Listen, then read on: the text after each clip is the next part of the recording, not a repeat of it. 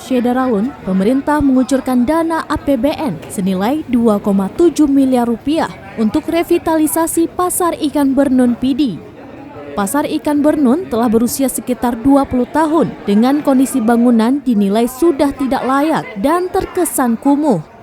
Sehingga sekitar 100 orang lebih pedagang ikan akan direlokasi ke pasar rakyat di Kota Mini, Kecamatan Mutiara Timur.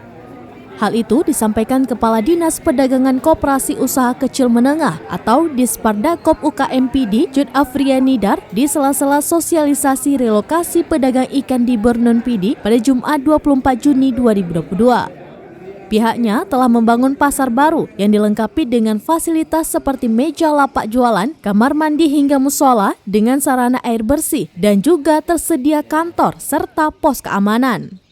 Rombongan Kadis dan Muspika ini juga meninjau pasar bertingkat di Bernun sebagai alternatif kedua dalam merelokasi pedagang.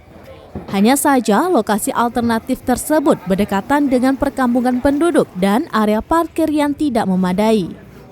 Sementara Basri, berusia 40 tahun, seorang pedagang ikan di Bernun mengaku pada dasarnya mereka setuju direlokasi dengan syarat seluruh pedagang ikan termasuk toke bangku dan yang terkait lainnya juga ikut dipindahkan. Kita kalau dipindah ke Kota Mini, ya kalian toke bangku, karena kan orang mau beli nggak ada ikan sini. Kalau memang ada toke bangku kan sama aja orangnya beli kilo. Terima kasih. Pada hari ini kita dari Dinas Perdagangan Koperasi UMKM Kabupaten Pidi melakukan sosialisasi kepada pedagang dalam rangka relokasi revitalisasi pembangunan Pasar Bernun. Kemudian kenapa kita ada di sini hari ini? Tadi kita sudah perjalanan di Pasar Bernun, kita lakukan sosialisasi bahwa ke depan akan ada pembangunan itu. Nah, hari ini kita ke Kota Mini, bagaimana relokasi pedagang nanti direncanakan akan direlokasi ke sini, ke pasar Kota Mini di Kecamatan Mutiara Timur.